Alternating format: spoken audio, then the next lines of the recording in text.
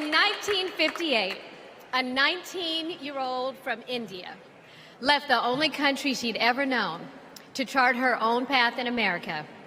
She came here to pursue an education, but she stayed here to build a life.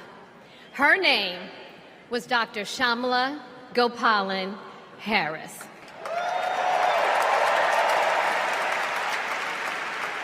But we called her Mommy. Mommy was so many things to so many people. A civil rights activist, a scientist, a devoted mother to her two little girls. But most of all, Mommy was a trailblazer who defied the odds and defined herself. And when it came to Kamala and me, Mommy had great expectations for us, but she had even greater expectations of us. She raised us to believe that we could be and do anything. And we believed her.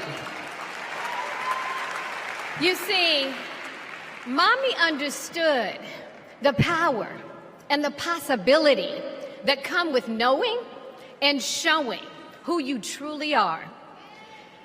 She knew we could be the authors of our own stories, just as she'd been the author of her own. Mommy's journey and the opportunity that she wanted for Kamala and me, that's a distinctly American story. We may all have different histories, different struggles, or different perspectives, but what binds us together is the fervent desire to be free, to fulfill our God-given potential. Kamala's entire life has been about fighting for each of us to have that freedom. And like so many Americans, Kamala knows what it's like to be underestimated and be counted out. She knows what it's like to be the underdog and yet still beat the odds.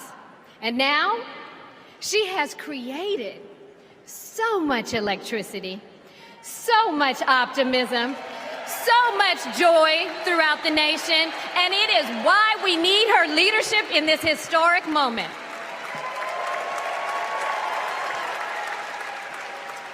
We are living in a time when some are trying to divide us, to separate us in ways that make it difficult for us to come together.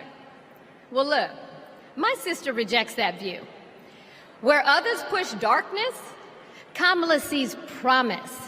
Where others feel detachment, Kamala fosters connection. Where others want to drag us back to the past, my sister says, hold up now, we are not going back.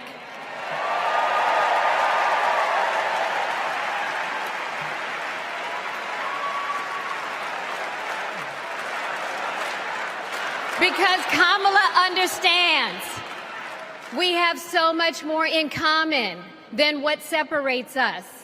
She knows the measure of our success isn't just winning an election. It's about who we bring along and lift up in the process.